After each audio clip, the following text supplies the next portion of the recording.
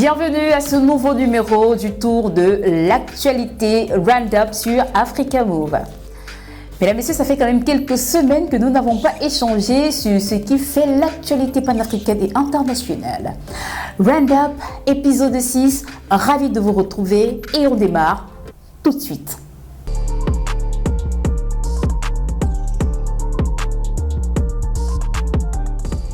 L'actualité ces 4 dernières semaines, ou tout au plus, a été marquée notamment par la visite du président français Emmanuel Macron au Cameroun, au Bénin et en Guinée-Bissau. Le chef de l'État de la France a lancé une offensive africaine avec cette première mini-tournée. Et justement, au moment où nous enregistrons cette édition de Roundup, le président Emmanuel Macron est en visite officielle en Algérie.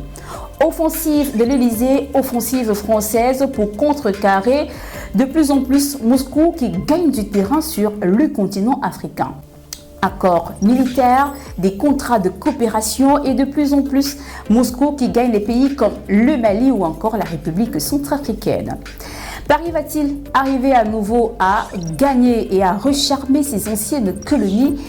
Nous verrons bien où mèneront les visites du président français Emmanuel Macron, alors qu'en ce moment, le gaz russe se fait rare en Occident et en Europe.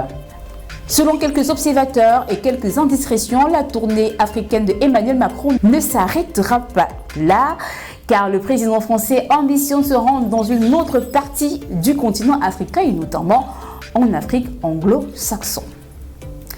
Nous sommes bien loin de 2025, l'année de la présidentielle en Côte d'Ivoire. Mais en attendant, quelques acteurs de la scène politique ivoirienne se positionnent de plus en plus. La plus surprenante, l'ancienne première dame de la Côte d'Ivoire, Simone Yvette Gbagbo, qui a officialisé le lancement de son parti politique. Le mouvement des générations capables, c'est le parti politique de Simone Gbagbo en ligne de mire, l'élection présidentielle de 2025. Que peut le nouveau parti politique de l'ex-première dame de la Côte d'Ivoire? Sera-t-elle la prochaine présidente de la Côte d'Ivoire après avoir régné aux côtés du président Laurent Gbagbo en tant que première dame? Prendra-t-elle enfin la tête du pays et fera ainsi valoir ce qu'elle peut, car en réalité, le mouvement s'appelle Génération Capable. Guillaume Soro demande aux partisans de Génération Peuple Solidaire de le porter à nouveau à la tête du parti politique GPS. En ligne de mire également, la présidentielle de 2025. Selon également quelques observateurs, Guillaume Soro compte bien évidemment se porter candidat à l'élection présidentielle en 2025. On y reviendra certainement lors des prochaines éditions de Roundup. Direction le Mali, vous le savez, Bamako reste en attente d'une possible décision de la tenue urgente d'une réunion au Conseil de sécurité des Nations Unies. Des accusations d'espionnage, d'armement des rebelles à l'égard de la France. Paris qui ne reconnaît pas toutes les accusations à son égard que Bamako a proférées dans une lettre envoyée au président du Conseil de sécurité des Nations Unies. Bamako déclare bien évidemment avec preuve à l'appui que Paris continue à espionner davantage le nord du Mali et à armer les djihadistes ou d'ailleurs à donner de plus en plus les positions exactes des FAMA, les forces armées maliennes, et continue à nourrir l'insécurité dans cette partie du pays. Jusqu'ici, le Conseil de sécurité des Nations Unies n'a pas encore donné suite à la lettre du ministre des Affaires étrangères et de la coopération internationale malienne, M. Abdoulaye Diop. Terminons du côté du Tchad, l'ouverture du dialogue national inclusif et surtout souverain. Il s'est ouvert avec un grand discours du président du Conseil militaire de transition, Mahamat Idriss Déby Itno, qui a d'ailleurs à l'occasion demandé pardon à toute la nation tchadienne au nom de son défunt père et au nom des anciens présidents du Tchad. Je vous laisse l'écouter dans ce petit extrait.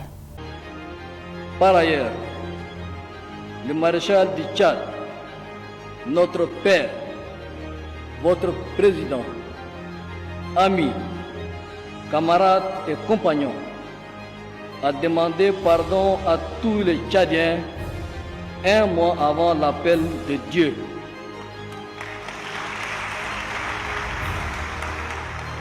Je pense qu'il n'est pas de trop de rappeler cela et de demander encore en son nom en tant que fils, pardon pour lui une fois de plus.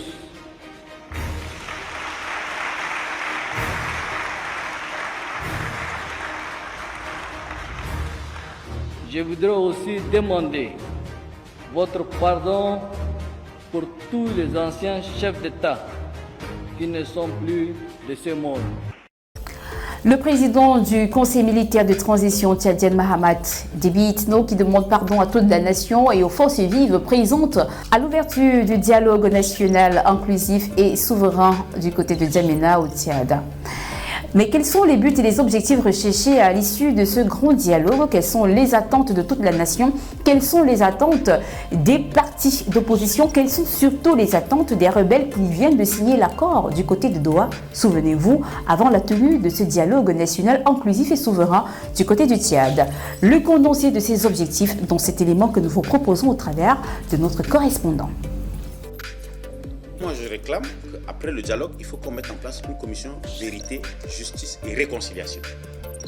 Après ce dialogue, c'est important parce qu'il y a beaucoup de gens qui ont du sang sur leurs mains et ce serait trop facile, mais vraiment trop facile, qui viennent parce qu'on dit qu'il y a un accord. C'est bien, c'est très bien, il faut qu'on avoue.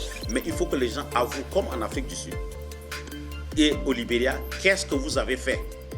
C'est très, même en Gambie, ils viennent de le faire. Ceux qui ont tué ont demandé pardon à leurs victimes leur ont pardonné et ils sont allés de l'avant. Il faut que justice soit faite pour Maître Beidji, que justice soit faite pour Septembre Noir, que justice soit faite pour Ibn Omar, que justice soit faite pour tous ceux qui ont été tués aussi et que réparation leur soit faite comme on a fait en Afrique du Sud. Parce qu'il ne s'agit pas de venir dire pardon et puis c'est tout. Non, non, pardon oui, mais dans la justice. Allez, merci à vous de nous avoir suivis pour cette autre livraison du tour de l'actualité panafricaine et internationale Roundup sur Africa Move. Retrouvez les précédentes éditions de Roundup sur nos différentes plateformes digitales, sur la chaîne YouTube Africa Move TV, sur la page Facebook Africa Move officielle et sur notre page Instagram Africa Move tout simplement. Laissez-nous quelques commentaires, quelques suggestions ou tout simplement quelques likes si vous avez apprécié le contenu. D'ici là, on se donne rendez-vous pour le prochain numéro. Ciao!